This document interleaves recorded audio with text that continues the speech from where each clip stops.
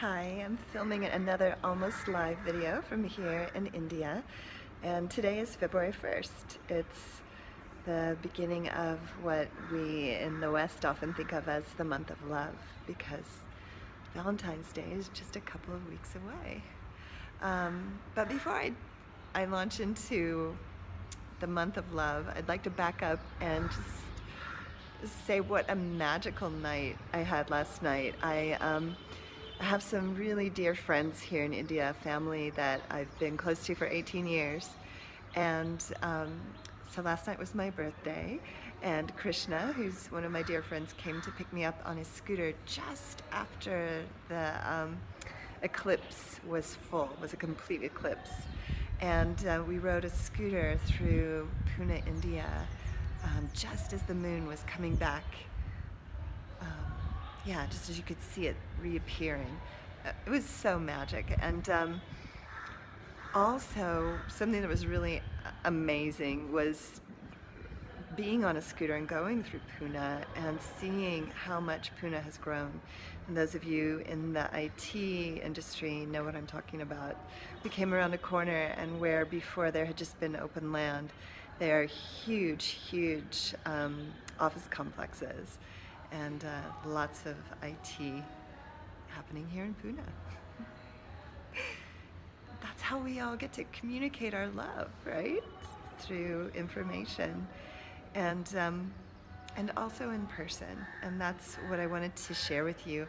In my last video, I was talking about the chakras in the body, and we think of them in lots of different ways. And one way that we can think of them is as these lotus flowers that have different petals that have a lot of meaning and significance to the Tantrika.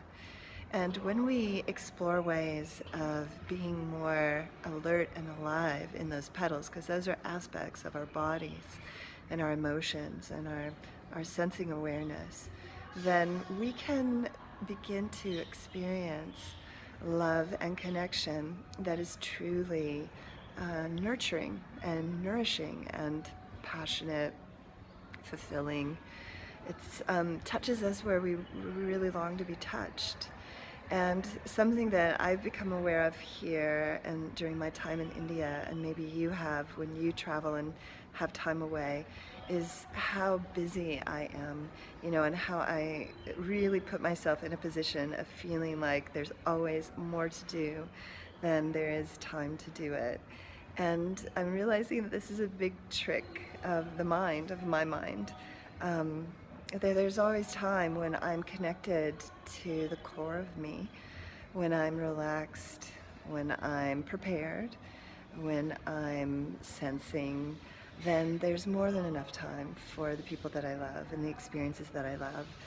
And so my question to you today is, how do you trick yourself into believing that you don't have either the time or the person or the desire to really allow yourself to live a life and create a life so that you feel fulfilled? So I'm going to be posting my article from Positive Life magazine in Ireland. I write a column for them for every issue on Tantra. And this most recent one, is called Bringing Dating Back. And one of the ways that we bring dating back, it's so important that we do this, is by allowing ourselves to be truly touched by one another.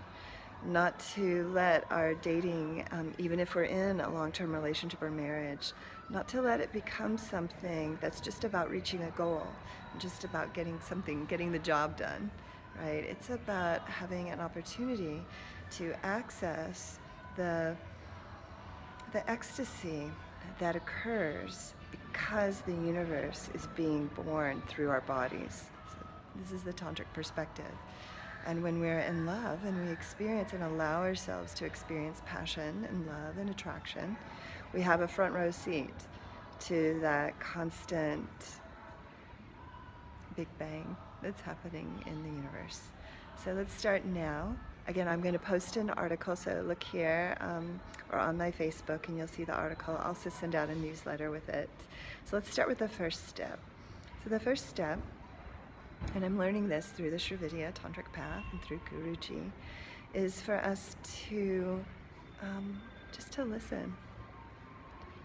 So before I said that, you were hearing the sound of my voice, and now maybe you can hear the sound of the music in the background, the sound of the machinery that's working to dig a hole right outside my hotel. And just let yourself be aware of all the different sounds.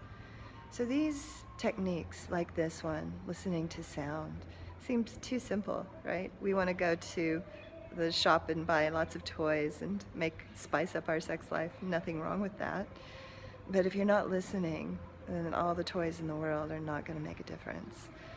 And also, it's, I think, really helpful to know that the rishis, which are the saints of India, these great wise beings, composed all of the Vedas by listening to existence, listening to nature, listening to the sound of the wind and the sky and the trees, the birds. And that this is like encoded, like mysterious information, and not so mysterious, so practical.